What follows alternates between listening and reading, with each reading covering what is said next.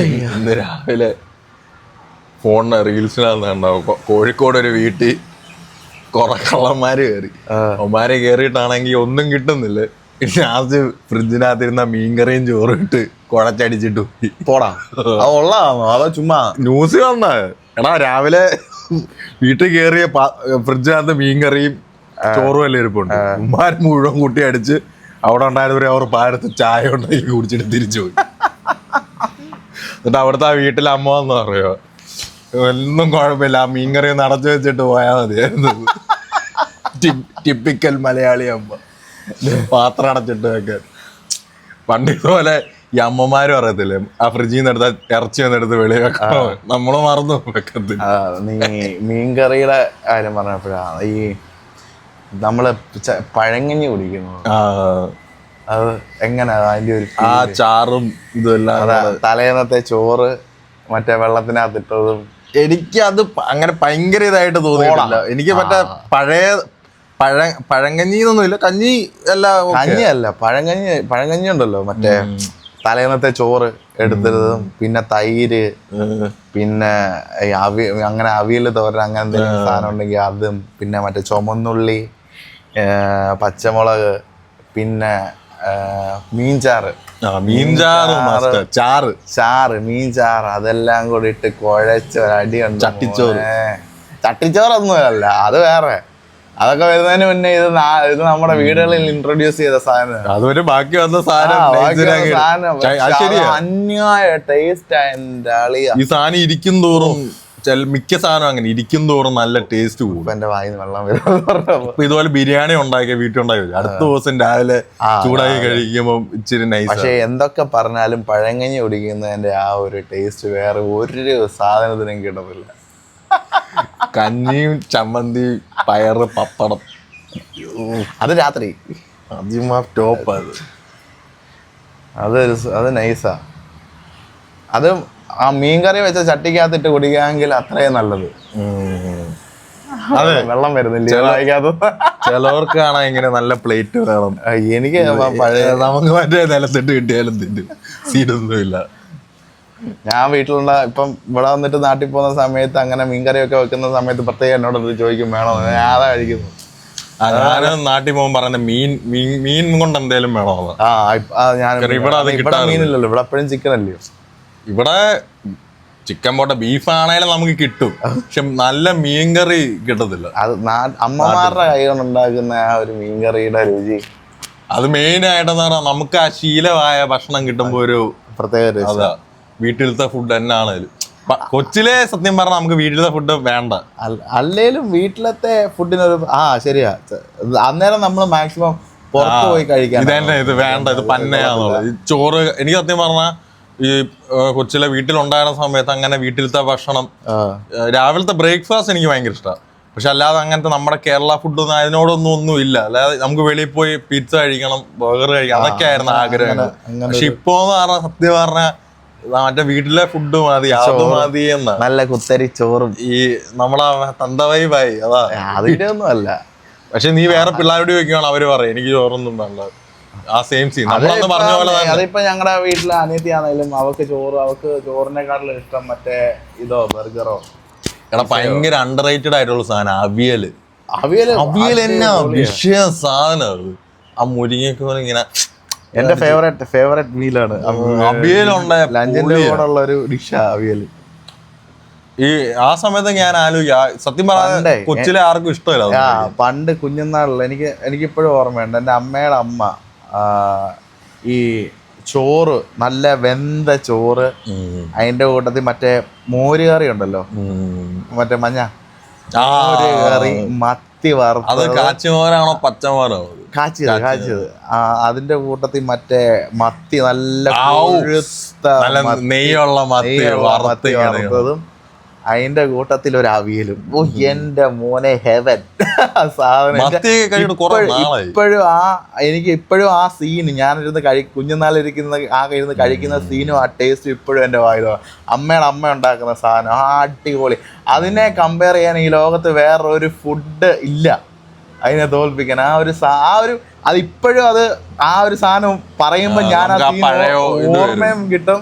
എടാ അത് ചെറുപ്പത്തില്ല, എനിക്കൊന്ന് 5-6 വയസ്സൊക്കെ ഉള്ള ആ സമയത്ത് ഞാൻ ഇവിടെ അമ്മയുടെ വീട്ടില് ടെറസിലോട്ട് കയറാൻ പുറത്തോടാ സ്റ്റെപ്പ്. അപ്പം അടുക്കളയുടെ പുറകിലാണ് ഈ പുറത്തോട്ട് കയറുന്ന സ്റ്റെപ്പ് ഉള്ളത്. അപ്പൊ അവിടെ ഇരുന്നാ കഴിക്കുന്നത്. എനിക്ക് ഈ മത്തി വറുത്ത് സാമ്പാർ അതൊക്കെ ഉണ്ടെങ്കിൽ അതുപോലെ നല്ല കൊഴുത്ത സാമ്പാർ. അതെ, മറ്റേ ഇവിടുത്തെ നല്ല മധുരമുള്ള രസം പോലെ സാമ്പാർ ഇരിക്കും. ഇതെന്തോ പുറത്തുനിന്നൊന്നും നമുക്ക് അങ്ങനത്തെ എനിക്ക് ഇതുവരെ കിട്ടിയിട്ടില്ല നാട്ടിൽ. പക്ഷെ ഇവിടെ മുംബൈയിലത്തെ കാര്യം അങ്ങനെ നമുക്ക് വീട്ടിലുണ്ടാക്കുന്ന ആ സാധനം വെള്ളം കൂട്ടി ഒഴിക്കുന്നതുകൊണ്ട് വീട്ടിലുണ്ടാക്കുമ്പോഴത്തേക്കുള്ള ആ സാമ്പാറിന്റെ ആ ഒരു കൊഴുപ്പ് ഇതങ്ങോട്ട് ഒഴിച്ചു കഴിയുമ്പോഴത്തേക്ക് ചോറിൽ ഇവിടെ ഉള്ളവര് പറയുന്ന ഈ സാമ്പാറിന് ഭയങ്കര ടേസ്റ്റാണ്. നമ്മളെല്ലാം അത് മധുരം. എടാ ഇവിടെ ഉള്ളവർക്ക് കഴിക്കാൻ അറിയത്തില്ല, അതെനിക്കറിയോ. നീ സാമ്പാർ ഉണ്ടായതാണ്ട് ഇവിടുന്നാണ്ടോ നീ സാമ്പാർ തമിഴ്നാട്ടിലല്ലോ? അല്ല സാമ്പാർ ഉണ്ടായി ഈ ഭാഗത്തായതാണ്ട. നീ ദോശ എങ്ങനെ കഴിക്കുന്നത്? ദോശയും ചമ്മന്തിയും സാമ്പാറും ഇങ്ങനെ മുക്കിയാണോ? അല്ല, ഇവിടെ ഉള്ളവർക്ക് കഴിക്കാൻ അറിയത്തില്ല അത്. എടാ ഞാൻ ദോശ സ്പൂൺ വെച്ച് കഴിക്കുന്നുണ്ട്, അപ്പം സ്പൂൺ വെച്ച് കഴിക്കുന്നു. ഇത് ഞാൻ കഴിഞ്ഞ ദിവസം മറ്റേ അവളുടെ കൂടെ മസാല ദോശ കഴിക്കാൻ പോയി. മസാല ദോശ കഴിക്കാൻ പോയപ്പോൾ ഞാനിങ്ങനെ എടുത്ത് കുഴച്ച് കഴിക്കുക. അപ്പൊ അവർക്ക് ഞാൻ പറഞ്ഞു നീ ഇങ്ങനെ ഒന്ന് കഴിച്ചു നോക്കാൻ പറഞ്ഞു. ഞാൻ ഇതിനകത്ത് കുഴച്ചിട്ട് ഞാൻ അവർക്ക് വെച്ച് കൊടുത്തു. പറഞ്ഞു ഇങ്ങനെ ആയിരുന്നു കഴിക്കേണ്ടതില്ല. ശരി കേട്ടോ, അതിന് വ്യത്യാസം ഉണ്ട് ആ ടേസ്റ്റിന്. പണ്ട് ഞാൻ ഇതുപോലെ മുക്കി കഴിച്ചു. അപ്പൊ എനിക്ക് ഏറ്റവും ഇഷ്ടമില്ലാത്ത സാധനമായിരുന്നു ഇഡ്ഡലി. ഇഡ്ഡലിയും ചമ്മന്തി ഉണ്ടാക്കുമ്പോ എനിക്ക് കാണല്ലേ. ഞാൻ ഹോസ്റ്റലിൽ പോയി നിന്നപ്പോ എന്റെ അപ്പുറത്തിരുന്ന ഒരു പയ്യനുണ്ട് പാലക്കാടിൽ നിന്ന്. അവന് കുഴച്ചടിക്കുന്നത്. ഞാൻ പറഞ്ഞു നീ എന്നെ കാണി, ഇതെന്നെ ഷോ. ഞാൻ പിന്നെ അതൊന്ന് നോക്കി. അതിന്റെ കൂടെ ഞങ്ങൾക്ക് അവിടുന്ന് ഒരു മുട്ടയും കിട്ടും. മുട്ടയും കൂടെ കുഴച്ച സാമ്പാറും ചമ്മന്തിയും മുട്ടയും ഇതും കൂടെ കുഴച്ച് മറ്റേ ഉപ്പുമാവ് പോലെയാവും. ഇവിടെ എന്നാ ടേസ്റ്റ് ആണ് ഇതിന് എന്താ പറയാ. ഞാനിങ്ങനെ പെട്ടെന്ന് ഞെട്ടിപ്പോയി. കാരണം ഇതിന് ഇത്രയും രുചിയുണ്ട്. പിന്നെ തൊട്ട് ഞാൻ ഇഡലി വരുമ്പോ ഇങ്ങനെ ഞാനും പണ്ട് എനിക്ക് ഇഡലി ഒന്നും ഇഷ്ടമല്ലായിരുന്നു. പക്ഷെ ഈ ആ ഒരു ടേസ്റ്റ്, ഈ കുഴച്ചടിക്കുന്ന ടേസ്റ്റ് കുഴച്ചടിക്കും, അളിച്ചെടുക്കും. അത് നമ്മൾ എത്ര കുഴച്ചാലും ആ കറക്റ്റ് പ്രൊപ്പോർഷനിൽ ആ ടേസ്റ്റ് വരുന്നത്. അതാണ് അത് മാറിപ്പോയാ പിന്നെ കൊള്ളത്തില്ല. ഈ മുട്ടയും കൂടെ ഇട്ടാ ഭയങ്കര മുട്ടയുടെ ഉണ്ണി. എനിക്ക് മുട്ടയുടെ ഉണ്ണി നീ എന്തിനോടെ ഇടും. ഇപ്പൊ പുട്ടും കടലയാണല്ലോ, ഉപ്പുമാവും കടലയും കിട്ടും ഹോസ്റ്റലിൽ. അതിൻ്റെ കൂടെ മുട്ടയും കൂടെ ഇങ്ങനെ കുഴച്ചിടും. എനിക്ക് ഭയങ്കര ഇഷ്ടമായി. ബാക്കി എല്ലാവരും ഇങ്ങനെ എന്നെ മറ്റേ രീതി തിന്നുന്ന, എനിക്ക് മറ്റേ രീതി കാണുമ്പോൾ എനിക്ക് അവരോട് എനിക്ക് സഹതാപം.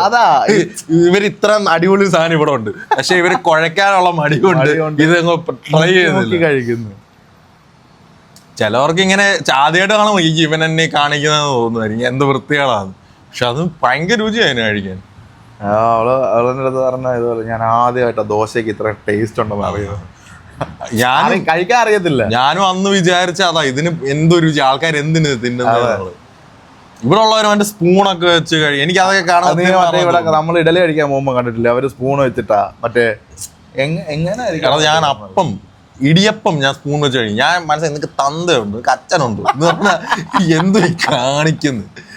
മലയാളി ഹോട്ടലിൽ വന്നിട്ട് സ്പൂൺ വെച്ച് മാറ്റി ഇടിയപ്പം കുറച്ച് കുറുമക്കകത്ത് ഇങ്ങനെയൊക്കെ അവൻ അതിലൊക്കെ എന്ത് ആനന്ദം.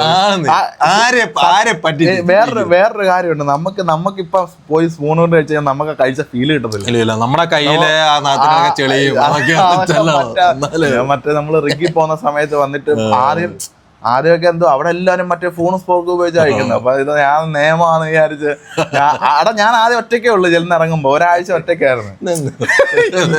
ഒന്നാമത്തെ കാര്യം ഇത് വെച്ച് കഴിക്കാൻ അറിയത്തില്ല. ഈ സാമാനം പറഞ്ഞ മറ്റേ ചിക്കനൊക്കെ എടുത്ത് ഇങ്ങനെ കുത്തുമ്പോ മറ്റേ തെറിച്ച് അപ്പുറത്തെ ബാത്റൂമിലൊക്കെ പോയി. ഞാനെപ്പോ മറ്റേ സ്പൂണ് ഫോർക്ക് കൊണ്ട് കഴിച്ചാലും എങ്ങനെ കഴിച്ചാലും ചിക്കന്റെ കയറ്റത്ത് കുറച്ചിറച്ചി. അപ്പൊ ഓക്കെ, നമ്മളിനി ഫ്രോഡ് ആയേക്കാം. ഇവിടെ വെച്ചു അതെടുത്ത് കഴിക്കും, എല്ലോടെ കടിച്ച് നിന്നിട്ട് കൊടുത്തു. പണ്ട് കുഞ്ഞുനാളിലൊക്കെ നമ്മൾ മറ്റേ ഈ 3 സ്റ്റാർ 4 സ്റ്റാർ ഹോട്ടലിലൊക്കെ പോകുന്ന സമയത്ത് അവിടെ എല്ലാം ഈ ഇതെല്ലാം കൊണ്ടുവെക്കും ആദ്യം. അപ്പൊ നമ്മുടെ സ്ഥിരം ഡിഷ് മറ്റേ ഫ്രൈഡ് റൈസും ചില്ലി ചിക്കനും. ഫ്രൈഡ് റൈസും ചില്ലി ചിക്കനും ഇത് ആദ്യം വരുന്ന സമയത്ത് ഒരു 2 സ്പൂൺ ഈ സാധനമൊക്കെ എടുത്ത് വെച്ച് മറ്റേ കുത്തി കൊണ്ട് കഴിക്കും. പിന്നെ മനസ്സിലാവും ഇത് നടപടി ആവത്തില്ല, മനസ്സിലാവും. ഇത് അങ്ങോട്ട് മാറ്റി വെച്ചിട്ട് പിന്നെ കൈ കൊണ്ടുപോയി കുഴച്ചു. ഇപ്പൊ അങ്ങനത്തെ ഒന്നുമില്ല. ഇപ്പൊ നമ്മള് 7 സ്റ്റാറിൽ പോയി കഴിഞ്ഞാലും കൈ കൊണ്ടുള്ളൂ. നക്കിയൊക്കെ പൊളി സാധനം. എനിക്ക് തോന്നുന്നു നമ്മളങ്ങനെ നമ്മളെ ആ ഒരു ഫീൽ കിട്ടത്തില്ല കഴിച്ച്. അല്ലാതെ നമ്മള് ഞാൻ പലപ്പോഴും ഞാൻ ശ്രദ്ധിച്ചിട്ടുണ്ട്. കാരണം റിഗിലൊക്കെ ഇത് സ്പൂൺ വെച്ച് കഴിക്കുന്ന സമയത്ത് ഇപ്പം മാക്സിമം നമ്മുടെ ചെളിയിൽ ഒത്തിരി അഴുക്കുണ്ടെങ്കിൽ നമുക്ക് കൈ കൊണ്ട് കഴിക്കാൻ പറ്റത്തില്ല. അപ്പൊ ഇത് കഴിച്ചു കഴിഞ്ഞാൽ കഴിച്ച ആ ഒരു ഫീല് കിട്ടത്തില്ല. നോക്കിയാൽ മതി സായിപ്പുമാരുടെ ഫുഡ് എന്തിനും കൊള്ളാം, അവർക്ക് ഒരു രുചിയിലൊന്നുമില്ല. അതുകൊണ്ട് അവന്മാര് സ്പൂൺ വെച്ച് കഴിക്കാതെ മറക്കാത്ത മതി ഫോർക്ക് കൊണ്ട് കഴിച്ചാൽ. ഇപ്പൊ നീ ഒരു കുറച്ച് ഞണ്ട് അല്ലെങ്കിൽ അതൊക്കെ നീ എങ്ങനെ കഴിക്കും? അതൊക്കെ കഴിക്കുന്നവന്മാരുണ്ട്, അവന്മാരെങ്ങനെ അത് കഴിക്കുന്നത് ഞാൻ ആലോചിക്കാതെ. മീനൊക്കെ കൈ കൊണ്ടല്ലാതെ കഴിക്കാൻ, ചിക്കനൊക്കെ പിന്നെയും കുഴപ്പമില്ല, നമ്മളെ കഴിച്ച് മുഖീന്നൊക്കെ ഒലിച്ചിറങ്ങിയത് ഇങ്ങനെയൊക്കെ തുടച്ചാൽ എരിവാണൊക്കെ തുടച്ച്. ദൈവം എല്ലാം ഇങ്ങനെ ഞാൻ ഇവനെന്തിനാ ഇങ്ങനെ ആരെ കാണിക്കാൻ ഇങ്ങനെ അഭിനയിക്കുന്നത്? പിന്നെ വേറൊരു ഇതുണ്ട്, നമുക്ക് വാരിത്തരുന്ന ഒരു സാധനം, അതിനും ഭയങ്കര ടേസ്റ്റ്. ഇപ്പോഴും അമ്മയും കൊണ്ട് ഞാൻ അതിനും ഭയങ്കര രുചി. ഇപ്പോഴാണേലും അമ്മ അവിടെ എപ്പോഴും ചോറ് കൊണ്ടിരിക്കുകയാണെങ്കിൽ ഞാൻ പോയി 2 ഉരുള വാങ്ങിക്കും.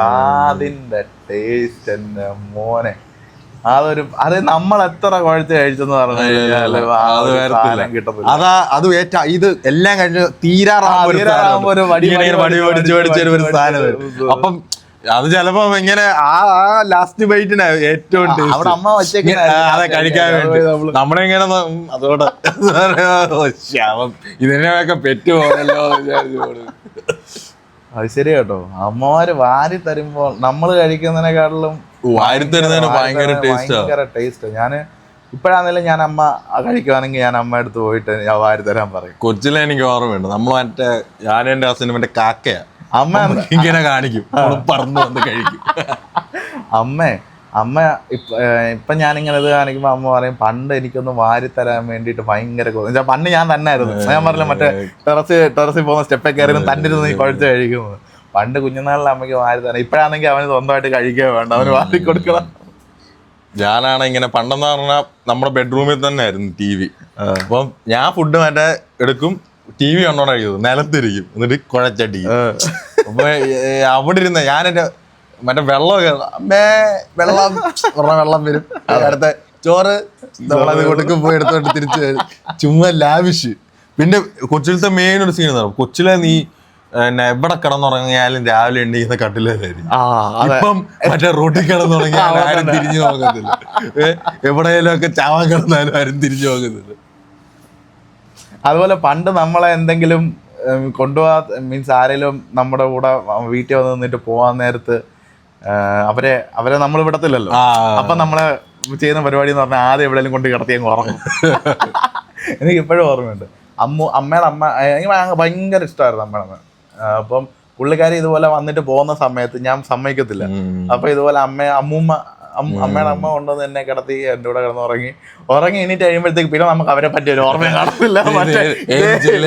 ഏതാ അതുപോലെ കൊച്ചിലല്ലേ പിള്ളേരെല്ലാം വരുന്ന ഈ കൊച്ചു പിള്ളേരെല്ലാം ഭയങ്കര സൂട്ടും കോട്ടും ഒക്കെ ഇട്ടായിരിക്കും ഓരോ പരിപാടിക്ക് വരുന്നത്. ഒരു 1/2 മണിക്കൂർ കഴിയുമ്പോൾ കരയാൻ പിന്നെ അതിന്റെ ഷട്ടി പോലും ഇടാതെ പിള്ളേർ വരുമ്പോ പക്ക സൂട്ടൊക്കെ ഇട്ട് ഷൂ ഒക്കെ ഇട്ടായിരിക്കും. പിന്നെ പോകില്ല എല്ലാം എടുത്ത് കളയുന്നത്. പിന്നെ മറ്റേ ചട്ടിപ്പുറത്താ പിള്ളേരൊക്കെ കളയുന്നത്. നമ്മൾ അതുപോലെ ഇങ്ങനെ കസിന്റെ വീട്ടിലൊക്കെ പോകുമ്പോഴും ഞാനൊന്നും വരുന്നില്ല, ഞാനിവിടെ നിൽക്കുക. പണ്ടൊക്കെ കൊച്ചിലെ എല്ലാരും പറയാം ഇന്ന് ഇവിടെ നിൽക്കട്ടെ പോകട്ടെ. ഇപ്പൊ നമ്മളെ മുഞ്ചിച്ച് ജീവിക്കാൻ വന്നിട്ട് പോടാ, അങ്ങനെയൊന്നും ഇല്ല. എന്നാലും പണ്ട് ഇങ്ങനെ നമ്മൾ എവിടെ പോയാലും കൊച്ചു പിള്ളേരെ എല്ലാവർക്കും ഭയങ്കര കാര്യം, വലുതായി കഴിഞ്ഞാൽ പട്ടിവല്. അതാണ്. പക്ഷെ കൊച്ചിലെ എല്ലാരും വിചാരിക്കും എങ്ങനെയാലും ഒന്ന് വലുതാകാൻ പറയും പുല്ല്, എങ്ങനെയാലും ചെറുതായ മതി, അങ്ങനെ ഇരുന്നാ മതി. ഒരു ആവശ്യം ആദ്യം പറഞ്ഞാൽ ചില സമയത്ത് ഈ കൊച്ചു പിള്ളേരെ കാണുമ്പോൾ ദേഷ്യം വരും. ഇങ്ങനെ കാണോ ഇരുന്നാ മതി, പഠിച്ച് ജോലി. അത് നമ്മുടെ ഓരോ ചെയ്യാന്ന്. നമ്മൾ പഠിച്ചോണ്ടിരിക്കുമ്പോൾ വിചാരിക്കും എങ്ങനെങ്കിലും ജോലിക്ക് പോയാൽ മതി, ജോലിക്ക് പോയി കുറച്ച് കാശാണ്. അങ്ങനല്ല, കൊച്ചിലെ നമ്മളെ സ്കൂളിൽ നിക്കറിട്ട് പോകുമ്പോൾ പാൻറ് ഇട്ട് കഴിയുമ്പോഴത്തേക്കും ഇത് കോളേജിൽ പോകണം. കോളേജിൽ പോയപ്പോ എങ്ങനെ ജോലിയായി കിട്ടി, ഇനി വേറെ എവിടെയെങ്കിലും. ഇപ്പം ജനിക്കണ്ടായിരുന്നു, അങ്ങനെ ജനിക്കണ്ടായിരുന്നു പുല്ല് അടുത്ത്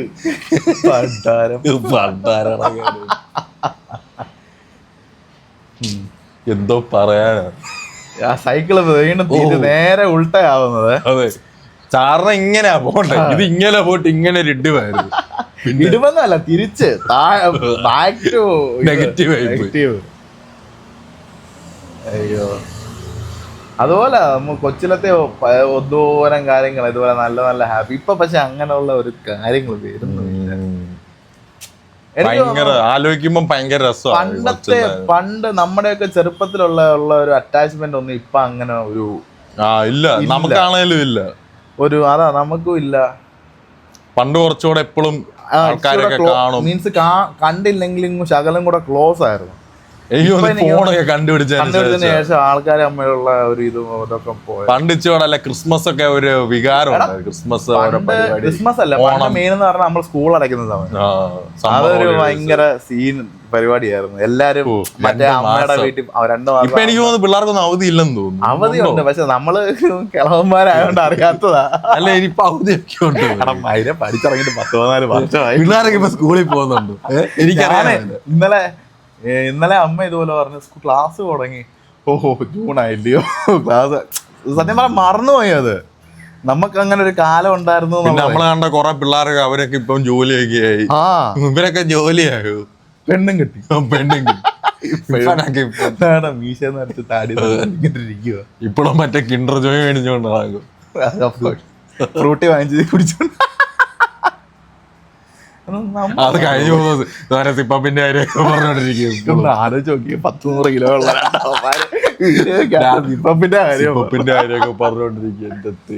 ആരെങ്കിലും കണ്ട ഇപ്പമാർക്ക് പോയി അതും താടി മീച്ചയൊക്കെ കണ്ടു കഴിഞ്ഞാൽ മറ്റേ കലിപ്പ് ലുക്ക് 100 കിലോ വാങ്ങിന്ന് ശുദ്ധ പോപ്പിൻസ്. എന്റെ പൊന്നെ, എല്ലാ ആൾക്കാരുടെയും മനസ്സിൽ ഇത് അകത്ത് കാണും ഇതുപോലില്ലേ. നമ്മളൊക്കെ ഇങ്ങനെ സംസാരിക്കുന്ന പോലെ സംസാരിക്കണമെന്നുള്ള. അല്ല, നമുക്ക് അങ്ങനെയുള്ള ആൾക്കാരോട് അത് പറയാൻ പറ്റത്തുള്ളൂ. ഇപ്പം ഞാൻ പോയി വേറെ മറ്റന്മാരുടെ അടുത്ത് പോവാണെങ്കിൽ ഞാനൊന്നും പറയാൻ ഇങ്ങനെ സീരിയസ് ആയിട്ട്. അല്ല, ഞാൻ പറയട്ടെ, എല്ലാ മനുഷ്യരുടെ മനസ്സിൽ കാണും ഒന്ന് ഫ്രീ ആയിട്ടിരുന്ന് ഇങ്ങനെ സംസാരിക്കുക, അല്ലെങ്കിൽ ഇങ്ങനെയുള്ള കാര്യങ്ങൾ, പണ്ടത്തെ കാര്യങ്ങളൊക്കെ ഓർത്ത് സംസാരിക്കുക. അല്ലെങ്കിൽ എല്ലാവർക്കും കാണത്തില്ല അങ്ങനെ ഒരു. പ്രായം കൂടുന്തോറും നമുക്ക് അടുത്തുള്ള നമ്മുടെ ആ സർക്കിളില്ലേ അത് ചുരുങ്ങും. അപ്പൊ അങ്ങനെ ഉള്ളവരുണ്ടായാലേ അത് വരത്തുള്ളൂ, അല്ലാതെ നമുക്കത് വരത്തില്ല. ഇപ്പം നമ്മുടെ ഏതെങ്കിലും ഒരു ക്ലയന്റോ അല്ലെ ബോസിന്റെ അടുത്തോ ഒന്നും പറയാൻ പറ്റത്തില്ല. അല്ല, ഞാൻ പറഞ്ഞ അങ്ങനല്ല. ഞാൻ ഇൻഡിവിജ്വലിന്റെ കാര്യമാണ് പറഞ്ഞത്. ഇപ്പം നമുക്കിപ്പോൾ 2 പേരുടെ നമ്മളിപ്പോൾ ഒരേ മൈൻഡ് രീതി ചിന്തിക്കുന്നതുകൊണ്ട് നമ്മൾ ആ ഒരു കണക്ഷൻ കിട്ടുന്നത്. ഇപ്പം ഞാൻ പറഞ്ഞ അങ്ങനല്ലാതെ ഇപ്പോൾ ഓരോ പേഴ്സൺ ഓരോ ഇൻഡിവിജ്വൽ പെർസ്പെക്റ്റീവിൽ എടുക്കുകയാണെങ്കിൽ എല്ലാവരുടെയും മൈൻഡിൽ കാണുമല്ലോ ഇതുപോലെ.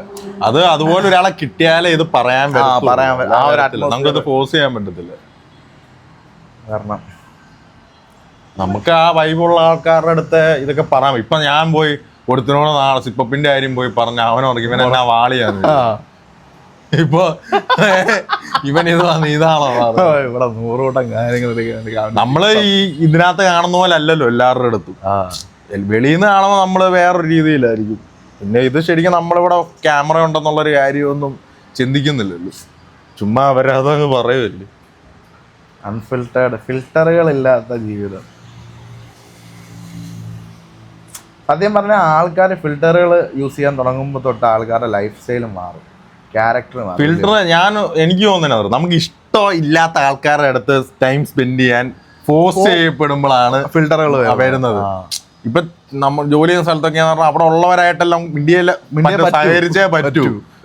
അപ്പോഴാണ് നമ്മൾ അവിടെ നമ്മുടെ ഉള്ളിൽ ഏറ്റവും പന്ന സ്വഭാവങ്ങൾ വരുന്നത്. അങ്ങനത്തെ ഒരു ഏരിയ നമ്മൾ പഠിക്കുന്ന സമയത്തൊക്കെയാന്ന് പറഞ്ഞാൽ നമുക്ക് ഇഷ്ടമുള്ളവരോടെ നമ്മൾ എപ്പോഴും പോകുന്നത്, അല്ലാതെ വേറൊരാളുടെയും നമ്മൾ പോകുന്നില്ലല്ലോ.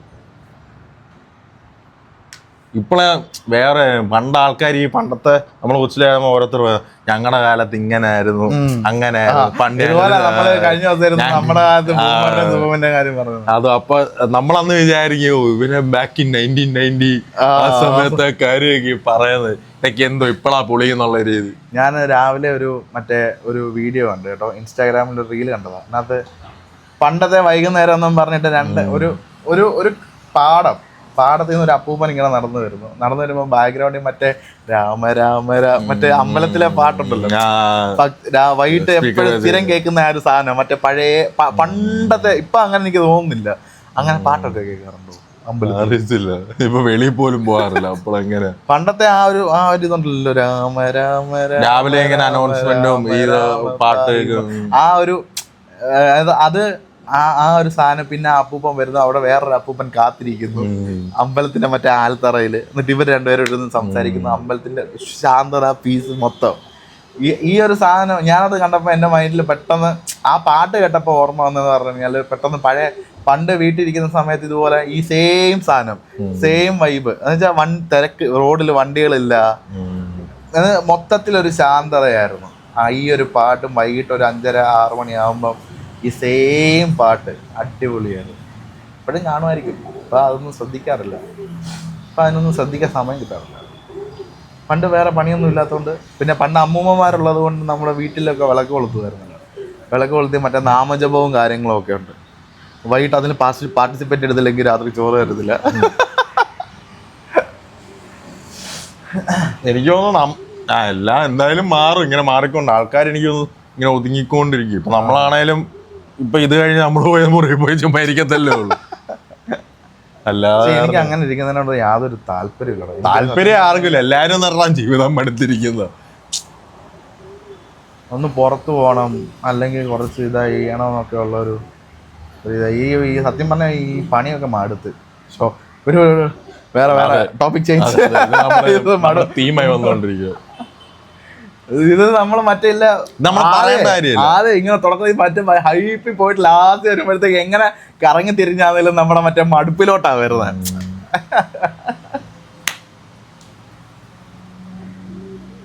നിന്റെ ഹാപ്പിനെസ് എന്തുവാ?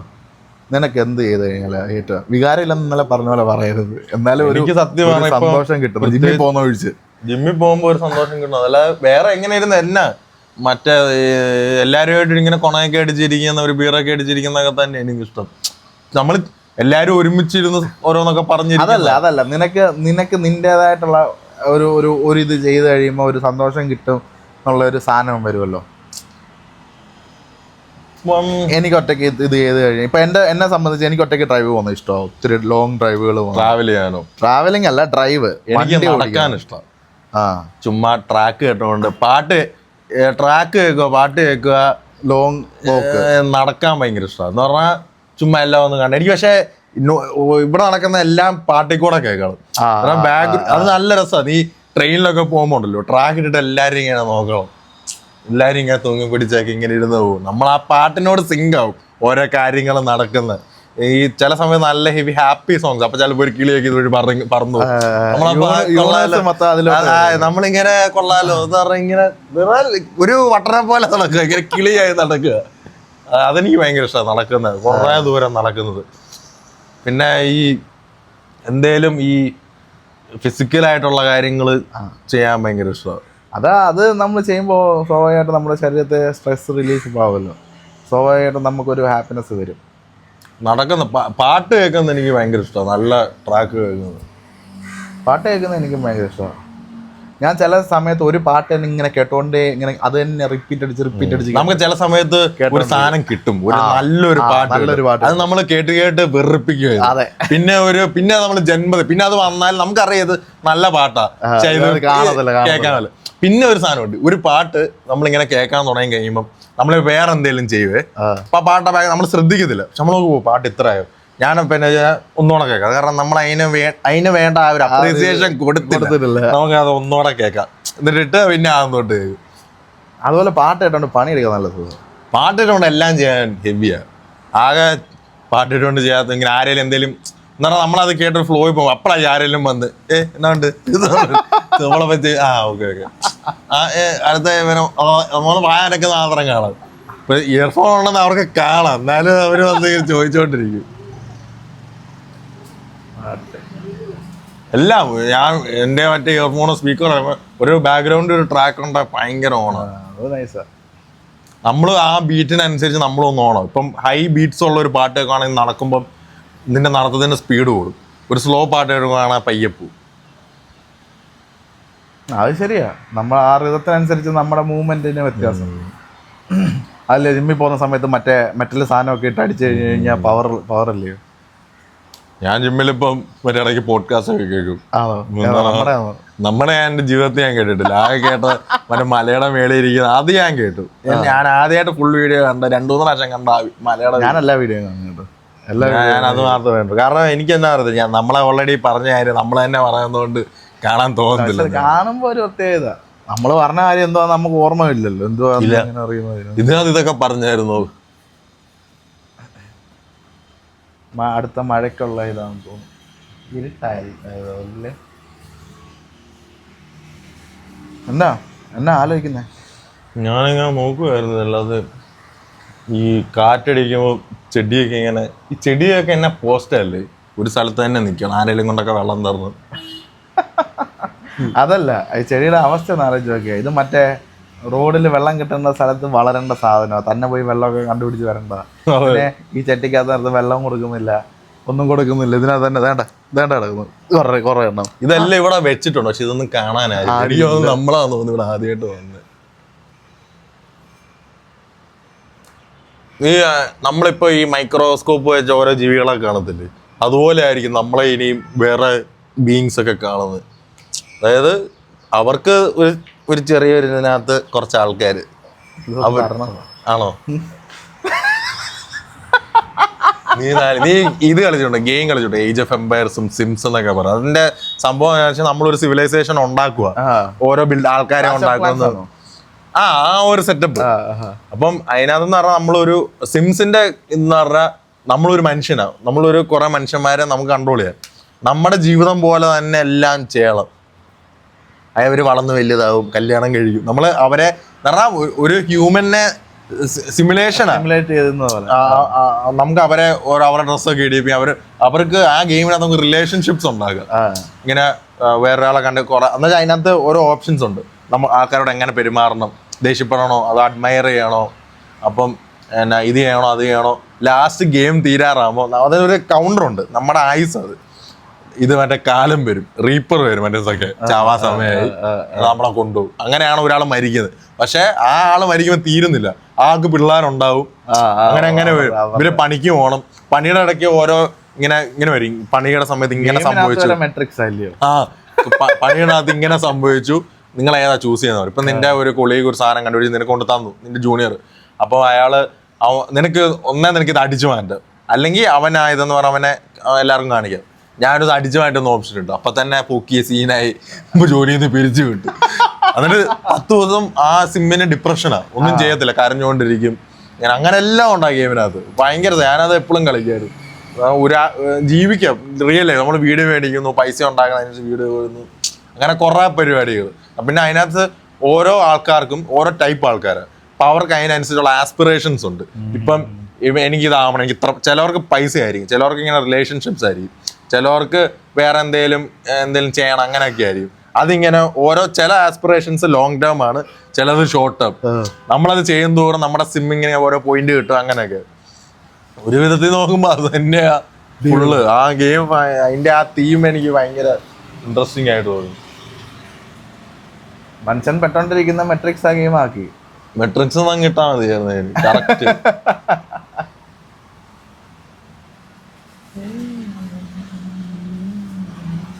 നീ എപ്പോഴായാലും ഒരാളെ ഉണ്ടല്ലോ, ഇപ്പൊ ഒരു സ്ഥലത്ത് വെച്ച് ഇങ്ങനെ അഭിനയിച്ചിട്ടുണ്ടോ? അഭിനയിക്കുക, ശുദ്ധ അഭിനയം. എനിക്ക് തോന്നുന്നു ഈ വീട്ടിലേക്ക് ഗസ്റ്റ് വരുമ്പം ചില ഗസ്റ്റുകളുണ്ടല്ലോ വല്ലപ്പോഴും ഒക്കെ, അവരൊക്കെ വരുമ്പോ സത്യം പറഞ്ഞാൽ അഭിനയിക്കുക. നമ്മൾ അത്ര നേരം അങ്ങനെ സത്യം പറഞ്ഞാൽ ആ വീട്ടിൽ ചിലപ്പോ മേളിൽ ചുമ്മാ എന്റെ റൂമിൽ തന്നെ ഇരിക്കുകയാണ്. അപ്പൊ അവര് വരുമ്പോ എല്ലാരും എന്നാ ഉണ്ട് വിശേഷം, അവരെന്നാ പറയാ. ഞാൻ +2 പഠിക്കുമ്പോൾ എൻ്റെ അച്ഛൻ്റെ അമ്മ മരിക്കുന്നത്. എനിക്ക് ഭയങ്കര കാര്യമാണ് പുള്ളിക്കാരിയൊക്കെ.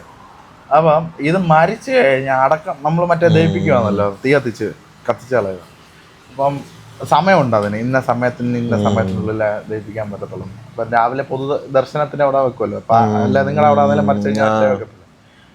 ഞാനപ്പം ഞങ്ങൾക്ക് കുറേ ചടങ്ങുകളും കാര്യങ്ങളും ഉണ്ട്. ഇത് ചെയ്യുന്നതിന് മുന്നേ പോയി മറ്റേ തോർത്തൊക്കെ എടുത്ത് കുളിച്ചിട്ട് ഒക്കെ വേണം വന്ന് ബോഡിയൊക്കെ എടുത്തുകൊണ്ട് പോകാൻ. അപ്പം ഞാനിങ്ങനെ തോർത്തെടുത്ത് കുളിച്ചിട്ട് വന്ന് ഞങ്ങളുടെ വീടിൻ്റെ കതവിൻ്റെ അവിടെ നിൽക്കുവാണേ.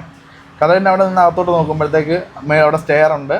അമ്മൂമ്മ ലിവിങ് റൂമിൽ ഇങ്ങനെ കിടത്തിയേക്കുന്നു. അപ്പുറത്ത് കുറേ പെണ്ണുങ്ങൾ റിപ്പോർട്ട്. ഞാൻ എൻ്റെ ജീവിതത്തിൽ ഇതുവരെ കണ്ടിട്ടില്ല. എന്തോ കരച്ചിലായിരുന്നു അറിയോ. എനിക്കാണെങ്കിൽ ഇത് കണ്ടിട്ട് ചിരി വരുമോ, അവിടെ ചിരിക്കാൻ പറ്റുമോ? അതാ ഞാൻ ആദ്യമായിട്ട് അഭിനയിച്ചൊരു സാധനം. അവിടെ നിന്ന് ഞാൻ കൈയൊക്കെ ഇങ്ങനെ, ഞാൻ കതവിൻ്റെ അവിടെ ഇങ്ങനെ നിൽക്കുവാണ്, ഒരു കൈ ഇങ്ങനെ നിൽക്കുക, ഒരു കൈ ഇങ്ങനെ വെച്ചിട്ടുണ്ട്, ഒരു കൈ ഇങ്ങനെ വെച്ചിട്ടുണ്ട്. അപ്പോൾ ഇങ്ങനെ നോക്കുമ്പോഴത്തേക്ക് കുറേ പേരിരിക്കുന്നു. കുറേ പേരെന്ന് പറഞ്ഞാൽ കുറേ പ്രായമുള്ള ആൾക്കാരാണ്. പ്രായമുള്ള ആൾക്കാരും പിന്നെ ഒരു 10-40 വയസ്സുള്ള ഇവരൊക്കെ ഇരുന്ന് ഭയങ്കര കരച്ചില്. ചിലപ്പോ എന്തെങ്കിലും ഹിസ്റ്ററി കാണുമായിരിക്കും അവര് തമ്മിൽ, പിന്നെ കാണാത്തായിരിക്കും. വയ്യാതെ കിടക്കുമ്പോ പോലും അവിടെ ഒരു മൈരിനെ ഞാൻ കണ്ടിട്ടില്ല. ഇവരൊക്കെ വന്നിരുന്ന് എന്തോ എനിക്കറിയത്തില്ല ഇത് എന്തോ. പിന്നെ എനിക്ക് തോന്നുന്നു മരിക്കുമ്പോ കരഞ്ഞില്ല ആൾക്കാരെന്ത് വിചാരിക്കും, അതായിരിക്കും ചിലപ്പം. വേറൊരു സാധനം ഉണ്ട്, അതെനിക്ക് ഇവിടെ പറയാൻ പറ്റുന്നത്, എല്ലാവരുടെയൊക്കെ അത് പറഞ്ഞത്. അല്ല ഞാൻ നോക്കുമ്പോ ചിലയിടത്ത് ഇപ്പം ചില ആൾക്കാരെ നമ്മൾ കാണാറില്ലല്ലോ. എനിക്കിപ്പോഴും ആ സീൻ ഓർക്കുമ്പോ എനിക്ക് ചിരിയാ വരുന്നത്. കാരണം പുള്ളിക്കാരെ മറ്റേ വയ്യാതെ ഒരു 2 മാസത്തോളം വയ്യാതെ കിടന്നു. പ്രായമായി 86-87 വയസ്സിലെങ്ങനെ മരിക്കുന്നു. പുള്ളിക്കാരൻ 2 മാസത്തോളം വയ്യാതെ കിടന്നു. കുറേ പേരൊക്കെ വന്നു പോയി. ഞാൻ ഈ കണ്ടവരെ, ഞാനിവിടെ വന്ന് ഇന്ന് കരഞ്ഞവരെ ഒന്നും ഞാൻ എൻ്റെ ജീവിതത്തിൽ ആദ്യമായിട്ടും അവസാനമായിട്ടും വന്നതാണ്.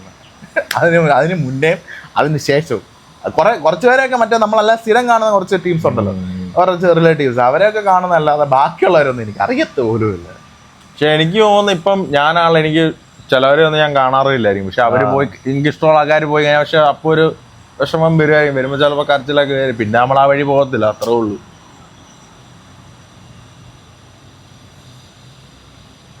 പക്ഷെ ഈ പെട്ടെന്നുള്ള മരണം ഏറ്റവും ശോകം. നമുക്കിപ്പോ ഓൾറെഡി ഇപ്പൊ അറിയാം വയ്യാണ്ട് കിടക്കുക, അങ്ങനെയൊക്കെയാണ് നമുക്ക് അത്രയും വരത്തില്ല. പക്ഷെ ഈ ഒന്നും അറിയാം, ഈ ആക്സിഡൻസ് അതൊക്കെയാണ് ഏറ്റവും ശോകം. അതിപ്പോ നമ്മൾക്ക് അറിയാവുന്നവരല്ലെങ്കിലും നമുക്ക് മനസ്സിലൊരു, ഇപ്പം ഈ സ്കൂളിൽ പഠിക്കുന്ന പിള്ളേരൊക്കെ എന്തോരോ ആക്സിഡന്റ്, അപ്പം നമുക്ക് തന്നെ മനസ്സിലൊരു ഇത് വരും, അയ്യോ അവർക്ക് അങ്ങനെ പറ്റിയാൽ. അവർക്കൊന്നും അറിയത്തില്ല, അവരുടെ തെറ്റല്ല.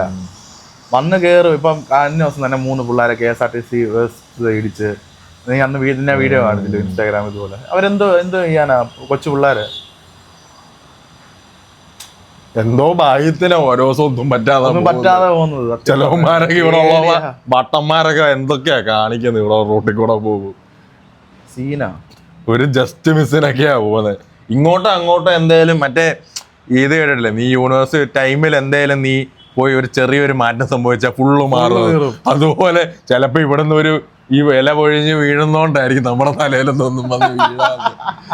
നീ ആലോചിച്ചാൽ മതി, പാകിസ്ഥാൻ ഇങ്ങോട്ട് ബോംബ് ഇട്ടായിരുന്നെങ്കിലും 2 റിയാലിറ്റി പിങ്ങും. ഇത് നമുക്കൊന്നും പറ്റിയില്ല. ഇതുവഴി പറഞ്ഞാൽ നമ്മളെല്ലാം ഇങ്ങോട്ടിട്ട് നമ്മൾ ചത്തുപോയി. ഇവിടെ നമ്മൾ അങ്ങോട്ടിട്ട് അവരെല്ലാം ചത്തുപോയി.